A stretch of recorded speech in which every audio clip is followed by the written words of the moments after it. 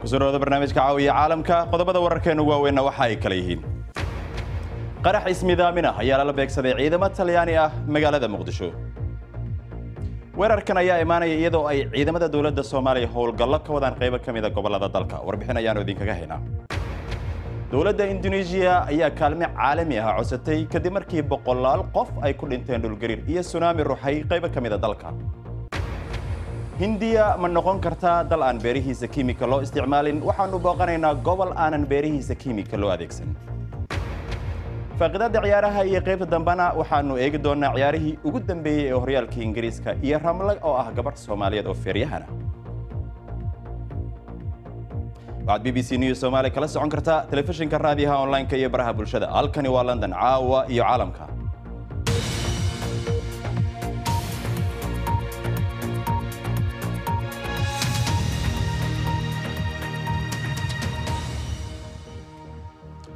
habeen wanaagsan daawadayaal waa aniga Maxamed Cabdi Xaraawi idin la socodsiinaya barnaamijka caawa aan ku bilaabe ugu yaraan 2 qof oo rayid ah ayaa ku dhintay 4 kalena waa ay ku dhaawacmeen kadib markii qarax gaari loo adeegsaday oo maanta magaalada Muqdisho lagula eegtay ciidamada Talyaani ah oo ka tirsan howlgalka midowga Yurub ee lagu tababarayo ciidamada Soomaaliya weerarka wuxuu imaanayaa xilli ay ciidamada Soomaaliya sheegeen inay howlgallo ka wadaan qaybo badan oo kamid ah gobolada koonfurta Soomaaliya haddii aanu eegno sida gobolka Hiiraan Shabeellada Hoose iyo Jubbada Hoose iyo waliba gobolka Bay oo dhanka kale ay al-shabaab weeraro ka geysanayaan dhanka Hiiraan waxa ay dawladdu sheegtay in ciidamadeeda oo garab ka helaya ciidamada AMISOM ay maalintii labaad al-shabaab kula dagaalamayaan deegaanada Nuur Fanax iyo Garasyaani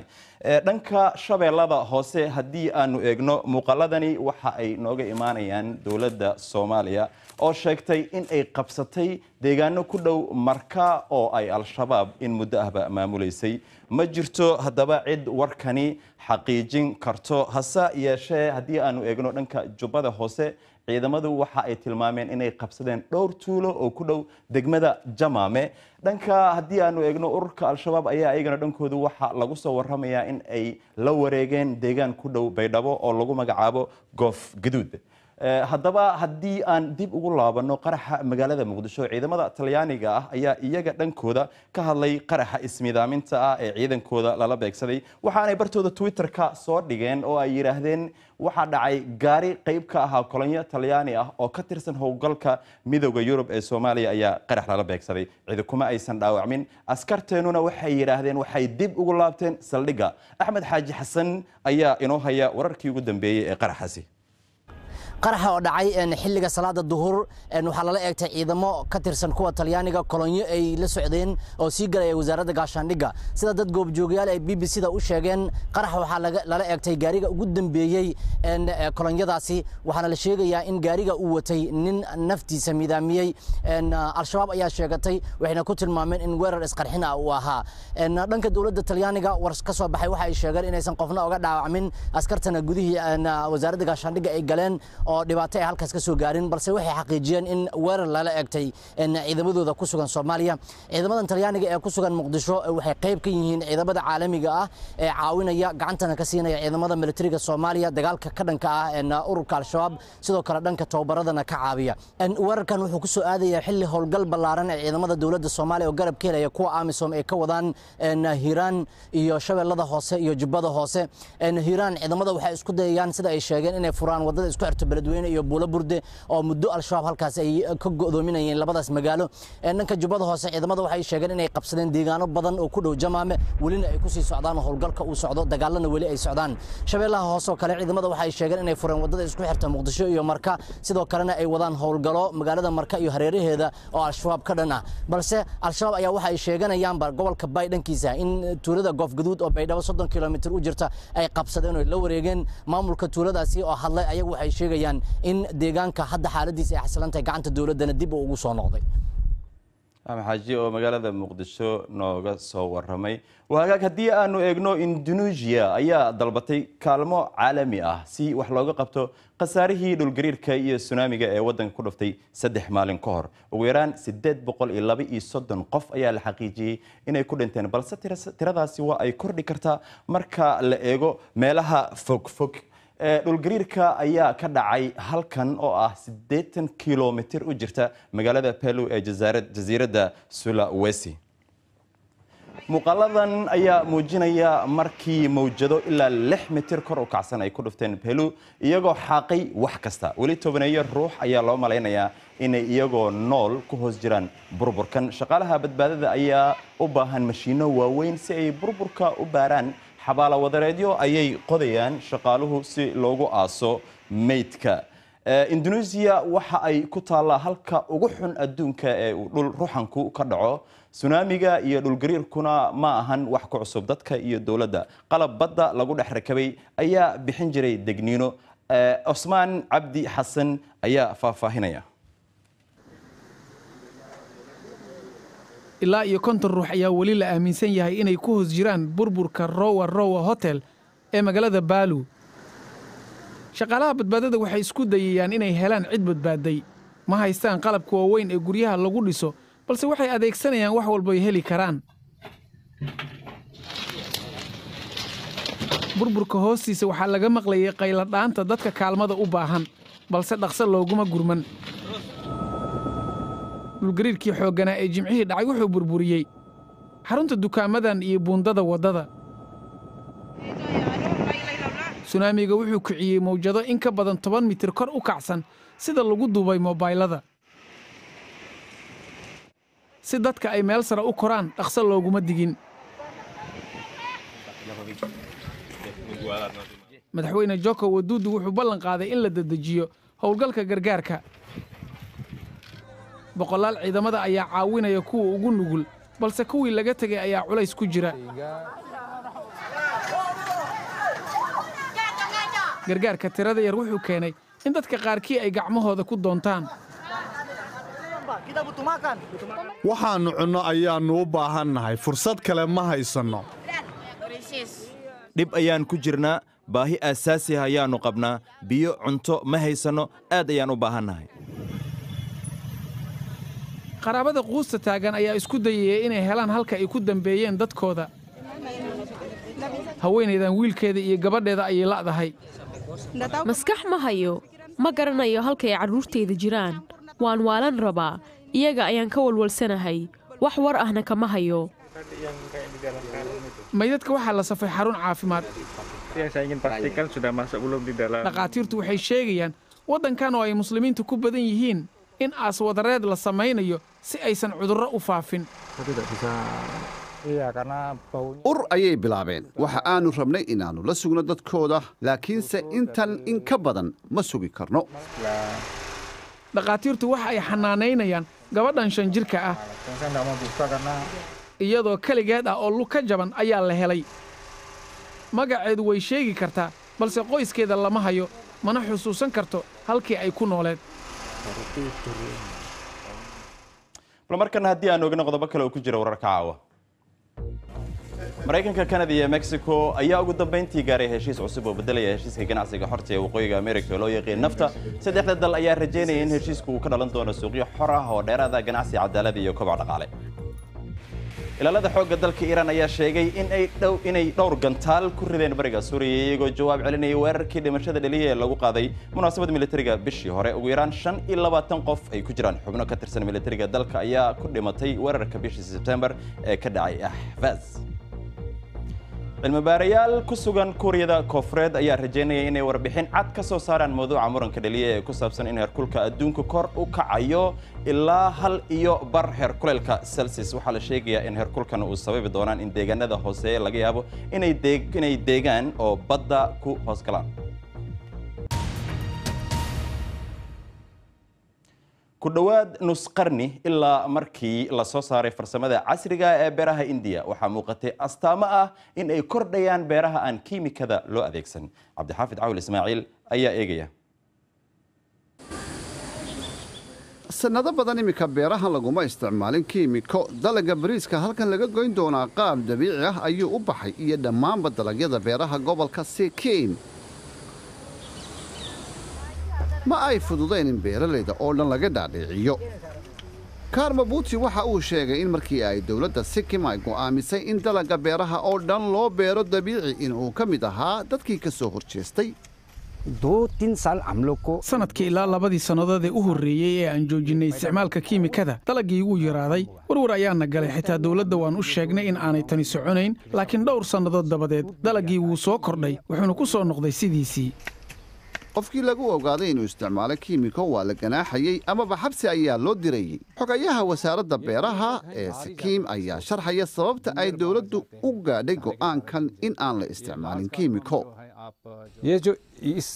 waxaannu doonaynay in aannu la dagaalanno isbeddelka cimilada in aannu yarayno wasaqda ay baawuurtu sii dayso taniya intii la joojiyey isticmaalka kiimikada dalxiisayaasha gobolka imanaya boqolkiiba 70 kor ayay u kaceen weli gobolkan kama soo baxaan cunto loo diro dalka intiisa kale laakiin dalagga dabiiciga ku baxa wuu kordhayaa guud ahaan hindiya kani waa suuq ku yaalla magaalada buune oo dhinaca koonfur galbeed ka kulaasha gobolka sikim ilaa sannadkii hore beeralayda dabiiciga wax ku beerta ayaa dalagooda halkan ku iibiya waxaan filayaa inaan odhan karo dalagga soo go'ay waxa uu ahaa 100% dabiici labadii sane ee ugu dambaysay in ka badan 12 sannadood ayay ku qaadatay gobolka Sikkim oo ka mid ah deegaanada ugu dadka yar Hindiya inay joojiyaan dalagga lagu beero kiimikada si beeralayda Hindiya oo dhami ay u joojiyaan isticmaalka kiimikada waxa loo baahan yahay in lagu qanciyo malaayiin beeralay ah وهاجاج ولو حاجة نوصل الصعود وأتغيبها دم بكودة ودونتان فقدات عيارها هي قيبة دم وحنو كي يقدون عياره وجودن بي هريال كإنجليز كإيه رملة أو هجبر سوماليات أو فريحة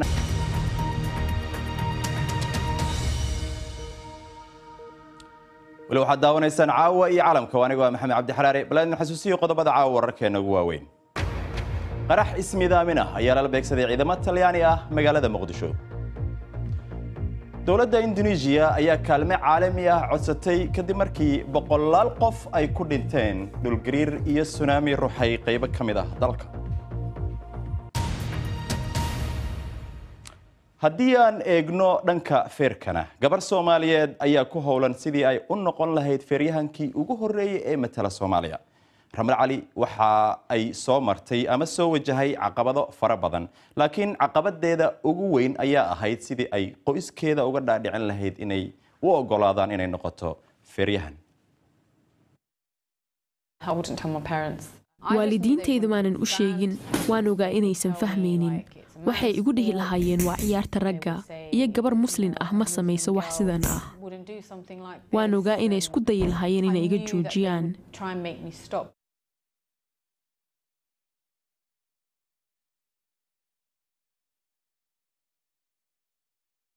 waan jeclaan lahaa in gabdhaha muslimiinta ay ku bataan isboortiska maxaa yeelay ma arko gabdho badan waana ogahay waxa ay dareemayaan oo anigaba waan dareemayay waan ka baqayay inaan qoyskayga u sheego gabar muslim oo dheesh ma jiro aan dhahay ma jira aan dhahay aabe gabar muslim dheeshiyan dhahay markaan ciyaaraha finalka ka qayb qaadanayay waxaan u sheegay hooyaday inaan jimicsi u socdo boorsada ay alaabaha iigu jireen ayaan tababarahayga u dhiibtay goobta tartanka ayaan isku arkaynaa ayaan ku idhi hooyana waan soo ordaa ayaan dhahay anigoo u socdo inaan qaranka u tartamo okiyaale soo gashaysi koofiga gashaysi way kaaysi way dhudhuumiysi mi tuseenin waxaan arkaa indhaheedo mamadoow ah ramla ishaada maxaa baay inta ma wax ma waxaan xasuustaa anigoo tababar ka imid reerkeenna oo dhanna ay salootada fadhiyaan waan yaabanaa qoys ahaan waqti layskuma wada heli jirin waxay igu dhaheen waa inaad joojisaa waxaan xasuustaa inaan qolkayga aaday oo aan ooyay waqti dheer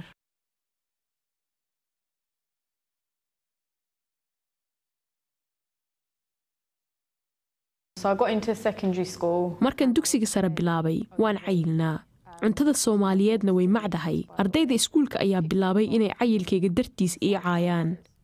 kadib waxaan go'aansaday inaan aado jiimka xaafadayda waxaan ku arkay kalaas lagu baranayo feerka waana ka helay waxaan isbeddel ku arkayay jirkayga waxaana dareemay kalsooni saaxiibana waan yeeshay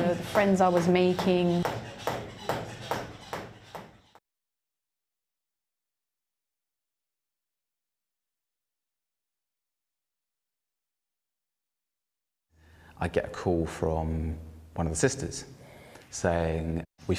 waxay soo wacday walaasheed oo ii sheegtay inay arkeen muuqaal ramla oo feertamaysa waxay igu tiri ma kuu oggolaanayno inaad guursato ilaa aad feerka ka joojiso waxay ahayd inaan been u sheego waxaan rabay in ramla ay guul gaarto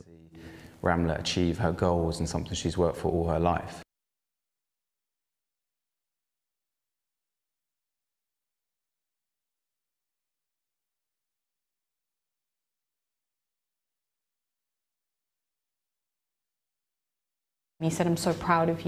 adeerkay wuxuu i dhahay wax wanaagsan ayaad samaynaysaa waana ka xumahay inaad ku qasbanaatay inaad qariso waqti dheer hawlwelin anigaa hooyada la hadlaayo wax wanaagsan ayaad samaynaysaa mana malayn kartid sidaan u ooyey maalintaas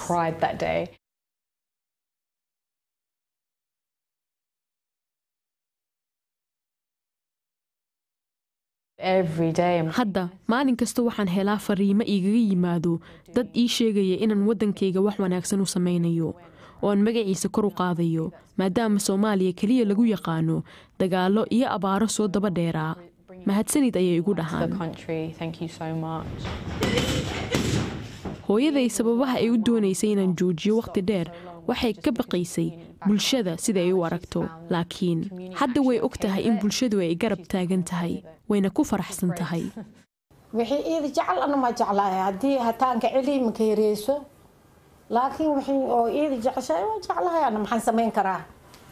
ma dareemi kartid farxadda aan dareemayo marka aan kala sheekaysan karo qof aan jeclahay waxyaabaha aan jeclahay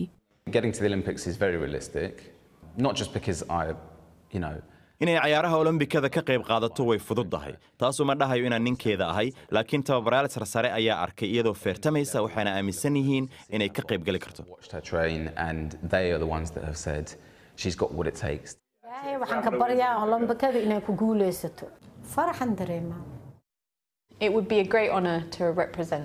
waxay ii tahay sharaf weyn inaan Soomaaliya matalo ciyaaraha Olombikada maxaa yeelay hooyaday ayay taasi farxad gelinaysaa iyo qoyskayga iyo bulshadayda oo dhan taasoo anigana aad ii farxad gelinaysaa waaga guul ayaanu rajaynaynaa Ramla Cali faaqidaada ciyaaraha ee toddobaadkana waxaanu ku eegi doonaa ciyaarihii ugu dambeeyay ee horyaalka dalka Ingiriiska ee dhacay Sabtidii iyo Axadii waxay la eegayaa Maxamed Axmed Daysane oo stuudiga ila jooga Maxamed inta aanan u gelin ciyaaraha horyaalka dalkan Ingiriiska mar dhow waxa daawanaysa warbixintii Ramla Cali haddii aad guud ahaan eegto dumarka Soomaaliyeed halkay kaga jiraan ciyaaraha kala duwan ee dalka runtii waa arin aad loogu farxo Ramla waxa ay sameynayso sida aan ognahana gabdhaha Soomaaliyeed waxay ka qayb gali jireen tartanka orodada kubadda kolayga tenniska waxay ahaayeen markii wadanka la joogay gabdho muuqdo oo waxyaalo badan qabta laakiin hadda Ramla waxay jidka u furtay gabdhaha Soomaaliyeed kalimaha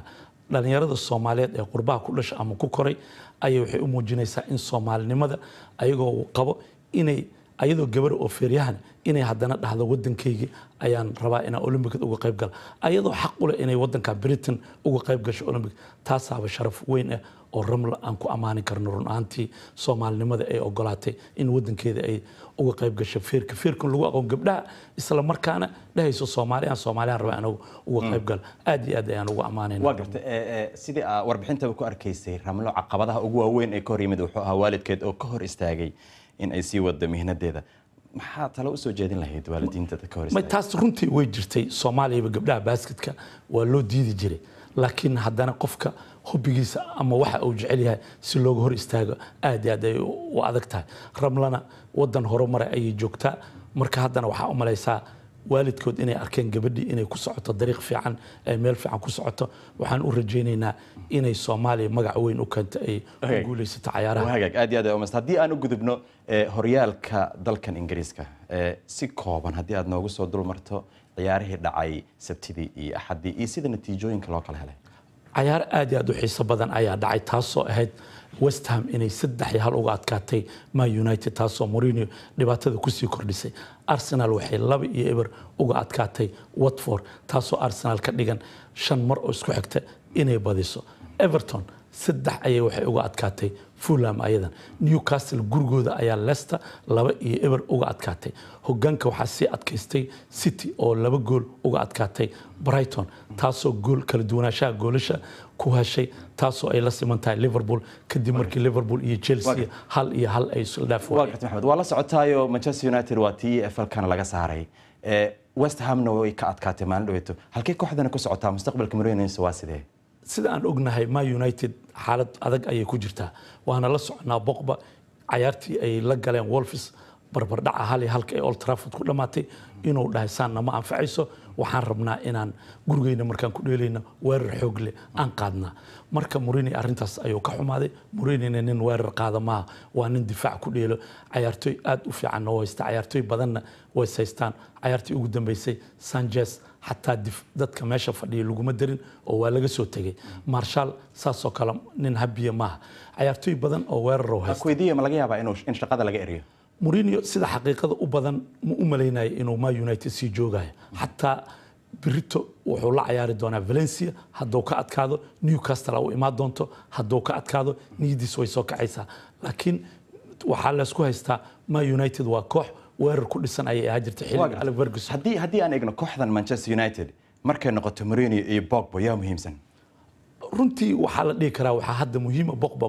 90 milyan ayaa laga soo bixiyay laakiin Mourinho lacag lagu soo gidin marka Pogba waa nin ciyaaraha adduunka qaaday waa nin oo ciyaartoy weyn ah oo raba in kooxda ay magaci ku soo celiso weerar ay ku ciyaarto Lukaku joogo Martial joogo Lindegaard joogo Mata joogo marka waa koox u baahan واقرت انت كان سبتي عيارتي كانت ugu xiisaha badneed waxay ciyaarta dhexmartay Chelsea iyo Liverpool waxa la islaha Mo Salah gool ayuu dhalin doonaa maxaa hor istaagay Mo Salah ma waxa isbedelay sida tabtay u ciyaareen kooxda ma isbedeshay horta Mohamed Salah ciyaartaas oo dhil waa ninkii ugu gool toogashada badan oo ahay hal gool oo dhal rabana Rodiga ayaa ka soo bixiyay laakiin sanadka hore waa la soconaa 44 gool inuu dhaliyo ciyaartooygan 44 gool markuu dhaliyo sanad ku xigan 44 inuu dhaliyo suurtagal ma laakiin ani waxaan qabaa ilaa 20 gool oo dhalna Mo Salah inkastoo kalsoonidiisii wax yar hoos u dhacday haddana way soo noqon doontaa laakiin ma sugayn inuu 44 gool oo dhali taasna taariikhda Premier League ma ka dhicin ba ciyaartoy 44 gool ama 40 gool dhali sanad ku xigan 40 inuu dhali kooxda Arsenal oo iyadu si isdaba jooga u badinayso maxaa kalifay arintaas maxaa ku soo kordhay kooxdan Arsenal waxa u malaysaa laba wax inay u badantaa markii hore waxa u malaysaa dhexda shaka kaligiis inuu joogo hadda wiilkan yar oo Traoré in dhexda la keenay ay labadooda dhexda aad u hayaan iyo mid kale ma isla ciyaarsi jirin Lacazette iyo ciyaartooygan kale oo Mabayangi labadooda midow gali jir midna uu fadhiisi jiray laakiin hadda labadooda waa isla ciyaarsiya midda gool dhalay mid kale ayaa dhalay taasna waxay keentay in Arsenal weerarkooda oo fiicnaad oo 5 ciyaar oo isku xigta ay badiyaan kadib markii Chelsea ay ka adkaatay City ay ka adkaatay isbedel ayaa ku socda Arsenal runtiina waxay u egtahay City hadda soo hadal qaaday ma laga yaabaa inay koobka qaadaan ay ku soo noqdaan Liverpool oo wali xajisanaysa ka kormaraan kulli hadda labadooda waxa u malaysaa in 19 dhibic isla leeyihiin laakiin gool duwanaanshaha ay City fiican tahay kulli ahad ay wada ciyaari doonaan labadooda ahadan soo socota ay wada ciyaari doonaan waxaan ogaa doonaa cidda adkaato kulli City Maxamed aad iyo aad ayaad maasantahay waqtiga ayaa na soo qabtay inta ayaan ku soo gabagabeynayaa barnaamijka caawiya caalamka waad ku maasantihiin daawashadiina inta aanu mar kale dib u kulmi doono waxaan idinkaga tegayaa sidaas iyo nabadgelyo